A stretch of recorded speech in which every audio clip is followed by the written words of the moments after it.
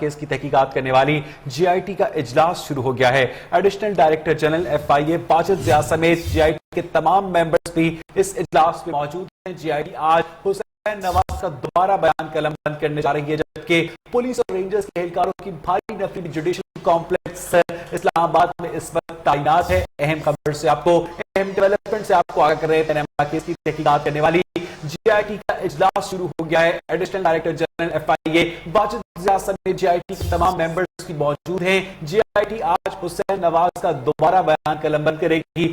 Police اور rangers کے اہلکاروں کی بھاری نفری جوڈیشل کمپلیکس اسلام آباد میں تعینات کی گئی ہے، اور اب سے تھوڑی دیر کے بعد جب وہاں پر حسین نواز پہنچے گے تو یہ توقع کی جا رہی ہے کہ نون لیگ کی کارکن بھی ان کا حوصلہ بڑھانے کے لیے وہاں پر موجود ہوں گے۔ مزید جانیں گے نمائندہ نیوز جاوید بلوچ سے۔ جاوید بتائیے گا ابھی تک کی مزید کیا اطلاعات ہیں؟ جی بالکل فروت، یہاں پر جوڈیشل کمپلیکس اسلام آباد میں پاناما کیس کی تحقیقات کرنے والی جے آئی ٹی کا اجلاس شروع ہو چکا ہے۔ ایڈیشنل ڈائریکٹر جنرل باجد ضیاء اس اجلاس کی صدارت کر رہے ہیں، جبکہ جو باقی ممبران ہیں وہ بھی اس اجلاس میں موجود ہیں۔ ابھی تھوڑی دیر بعد ہی 11 بجے کا ٹائم دیا گیا ہے حسین نواز کو جے آئی ٹی کے سامنے پیش ہونے کے لیے، لیکن جو لیگی کارکنان ہیں وہ یہاں پہنچنا شروع ہو گئے ہیں۔ حنیف عباسی یہاں پہنچ چکے ہیں اپنے کارکنوں کے ہمراہ۔ جو باقی ان کے لیگی ایم پی ایز ہیں، جو کارکن ہیں، وہ بھی یہاں پر پہنچنا شروع ہو گئے ہیں۔ کسی بھی قسم کی صورتحال کو کنٹرول کرنے کے لیے، کسی رد عمل کو کنٹرول کرنے کے لیے یہاں پر پولیس کی بھاری نفری تعینات کی گئی ہے۔ رینجرز کے اہلکار یہاں پر تعینات ہیں۔ سیکورٹی کے سخت ترین یہاں پر انتظامات کیے گئے ہیں، جبکہ حسین نواز سے آج جے آئی ٹی دوسرا بیان قلم بند کرنے جا رہی ہے، جس میں جے آئی ٹی نے حسین نواز کو جو نوٹس جاری کیا تھا اس میں یہ کہا گیا ہے کہ وہ اپنی منی ٹریل کے حوالے سے جو جدہ اسٹیل مل ہے، دبئی فیکٹری ہے، لندن فلیٹس اور جو دیگر کمپنیاں ہیں ان کا ریکارڈ ساتھ لے کر ہیں۔ آپ کو یاد رہے کہ حسین نواز نے ان جے آئی ٹی کے 2 ممبران پر اعتراض بھی کیا تھا، اور اپنے ایک خط میں انہیں جو یہ بھی لکھا تھا کہ انہیں پراپر ٹائم نہیں دیا گیا تیاری کے لیے۔ اب بھی جو ہے وہ حسین نواز نے 3 دن کا وقت مانگا تھا جے آئی ٹی سے، ذرائع کا یہ کہنا ہے، لیکن انہیں وقت نہیں دیا گیا اور انہیں کہا گیا کہ آج ہر صورت جے آئی ٹی کے سامنے پیش ہو کر اپنا بیان قلم بند کرائیں۔ جو گزشتہ پیشی ہے اس میں جو جے آئی ٹی نے نوٹس جاری کیا اس میں یہ بھی لکھا ہوا ہے کہ پہلی پیشی کے دوران حسین نواز نے جے آئی ٹی کے ممبران کے سوالات کا جواب نہیں دیا تھا، ان سے تعاون نہیں کیا تھا، لیکن اب جو ہے وہ تمام ریلیونٹ ریکارڈ لے کر پیش ہوں تاکہ جو سوال کیے جائیں ان کا پراپر جواب حاصل کیا جا سکے۔ جی جاوید، بہت شکریہ۔ آپ سے مزید تفصیلات بھی اس حوالے سے ہم جانیں گے۔ ابھی تک کی اطلاعات یہ جے آئی ٹی کا اجلاس جاری ہے، آج دوبارہ حسین نواز اپنا بیان ریکارڈ کروائیں گے، اور پاناما کیس کی تحقیقات کا یہ معاملہ، جے آئی ٹی کا اجلاس آج بھی جاری ہے۔ جوڈیشل کمپلیکس میں پولیس کی بھاری نفری موجود ہے، باجد ضیاء سمیت تمام جے آئی ٹی ممبران اس پہ موجود ہیں۔ اسلام آباد میں جے آئی ٹی آج حسین نواز کا دوبارہ بیان قلم بند کرے گی۔ پولیس اور رینجر سے اہلکاروں کی بھاری نفری بھی جوڈیشل کمپلیکس کے باہر موجود ہے۔ افسوسناک خبر ہے، دنیا پور میں لودھرا خانیوال روڈ پر مسافر بس تیز رفتار ٹریلر سے ٹکرا گئی۔ حادثے کے نتیجے میں 6 مسافر جاں بحق جبکہ 14 مسافر زخمی ہیں۔ ریسکیو ذرائع کے مطابق زخمیوں کو اسپتال منتقل کر دیا گیا ہے۔ مسافر بس لاہور سے صادق آباد جا رہی تھی۔ مزید تفصیلات بھی آپ کو دیں گے اس حوالے سے۔ اس حادثے میں اب تک کی اطلاعات کے مطابق 6 مسافر جاں بحق جبکہ 14 افراد زخمی ہیں۔ لاہور سے صادق آباد یہ بس جا رہی تھی۔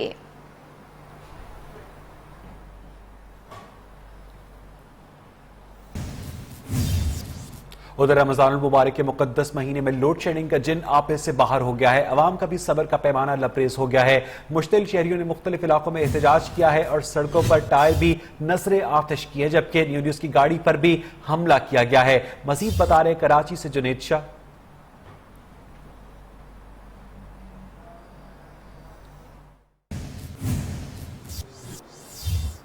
کراچی میں بجلی کی غیر اعلانی اور طویل بندش کے خلاف لیاقت آباد ڈاکخانہ 3 ہٹ رمضان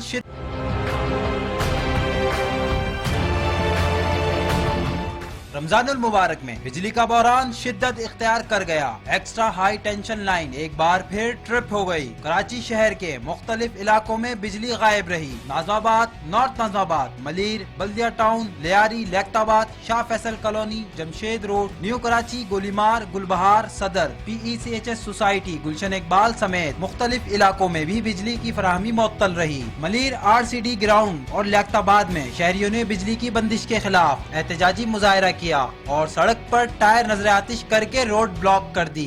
باقی وزیر پانی بجلی خواجہ آصف صاحب جو رمضان سے تھوڑے ہی دن پہلے وہ بڑے اسپیچ میں کہہ رہے تھے کہ نہ شہر میں لوڈ شیڈنگ ہوگی، نہ افطار میں لوڈ شیڈنگ ہوگی، بلکہ بجلی لوڈ شیڈنگ کیا بجلی آ ہی نہیں رہی ہے. اندھیرے میں مجھے سحری بنانی پڑتی ہے. کم از کم اتنی تو مہربانی کریں کہ الیکٹرک والے کے سحری میں اور افطار میں لائٹ دے دیں. مظاہرین نے کے الیکٹرک کے خلاف شدید نعرے بازی کی اور گول مارکیٹ کے الیکٹرک کے دفتر پر توڑ پھوڑ بھی کی. کیمرامین زاہد مقصود کے ساتھ جنید شاہ، نیو نیوز کراچی. اور کراچی میں بجلی کی غیر اعلانیہ اور طویل بندش کے خلاف لیاقت آباد، ڈاکانہ، 3 ہٹی اور جمشید روڈ پر علاقہ مکینوں کا احتجاج جاری ہے. مظاہرین نے احتجاج کے دوران پولیس پر پتھراؤ بھی کیا. مزید تفصیلات جانیں گے نمائندہ نیوز محمد حماد سے. حماد، ابھی احتجاج کی کیا صورتحال ہے؟